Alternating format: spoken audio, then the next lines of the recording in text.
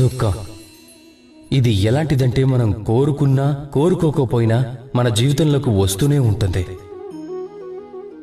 మన మనసుకు గాయాలు చేస్తూనే ఉంటుంది. మనల్ని వికల మనస్కులుగా చేస్తూనే ఉంటుంది. మీరెప్పుడైనా అసలు ఈ దుఃఖం మన జీవితంలోకి ఎందుకు వస్తుందో, ఎలా వస్తుందో ఆలోచించారా? మనం లోతుగా ఆలోచిస్తే అప్పుడు అర్థం అవుతుంది. ఈ దుఃఖానికి మూల కారణం పరిస్థితుల కంటే ఎక్కువగా మానసిక స్థితి. మానసిక స్థితి కంటే ఎక్కువ పరిసరాల్లోని మనుషులు. ఆ చుట్టుపక్కల మనుషులే కదా ఆ పరిస్థితుల్ని మంచిగా గాని చెడుగా గాని మార్చేది. ఆ చుట్టుపక్కల వారే కదా మన మనస్థితిని ప్రభావితం చేసేది. కొందరిని మంచిగా మారిస్తే కొందరిని చెడుగా మారుస్తారు.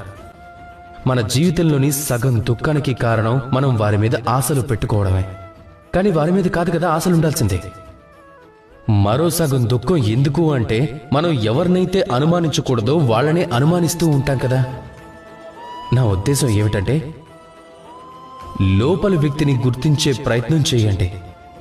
మీకు ఏ వ్యక్తి మంచివాడో ఏ వ్యక్తి చెడ్డవాడో అర్థమైన వెంటనే ఈ దుఃఖం మీ జీవితం నుంచి దానంతటదే దూరం అయిపోతుంది. రాధాకృష్ణ.